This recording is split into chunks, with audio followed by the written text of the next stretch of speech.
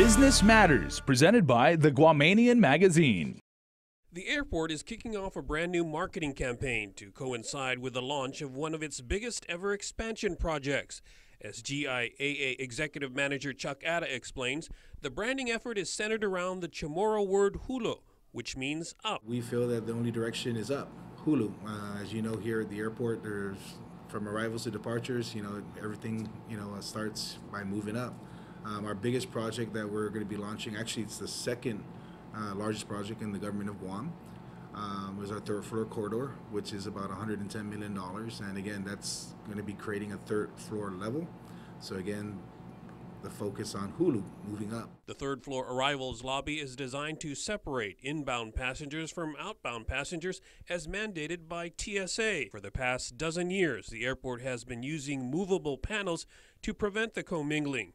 But once the project's done, they can finally get rid of them. It's going to allow us to fully maximize gate operations, as we're currently challenged again separating the incoming and outgoing passengers, but also greatly increase our revenues. There have been quite a few shops, on both ends of the concourse that have closed down since, this mandate and the dividers went up. One of the great features that we like about the corridor or this particular project is that the transiting passengers will be able to be screened at the CBP hall, then go directly back into the concourse.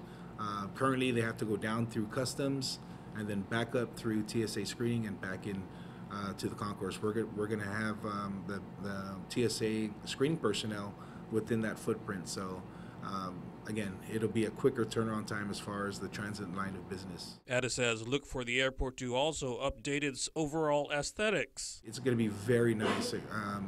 There's a lot of local themes through it. Some other good news for the airport was that the ratings agencies have affirmed its stable, long-term investment grade rating. We recently reached out to the bond raters, both Moody's and Standard & Poor's, as it's been, quite some time, about 4 years. We're in way better physical condition today than we were back then. We received a lot. We made a lot of accomplishments, so we felt that it was time for an upgrade. Atta says the airport's finances are doing well, but they could be even better. The airport, he says, has over 1,500 acres it would like to lease, but would-be developers are turned off by a law that requires legislative approval of government leases of over 5 years.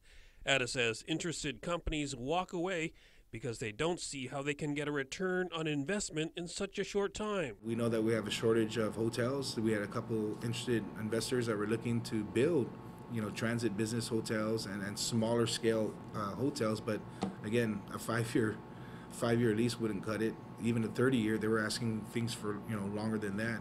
And there are certain cases where I can see where we can put provisions, but I mean it takes away from discussions, when you go out on trade missions with the governor, or you meet investors that pop into the airport to talk. Discussions almost immediately stop. Atta says the airport is intent on maximizing its potential, and a recent study commissioned by GIAA declared that its direct and indirect contribution to the island's economy was almost $2.3 billion a year. We know that we are the economic engine for this island, so the more that we plan to develop that, the greater opportunities there are for our island and its people. For KUAM's Business Matters, I'm Nestor Lecanto.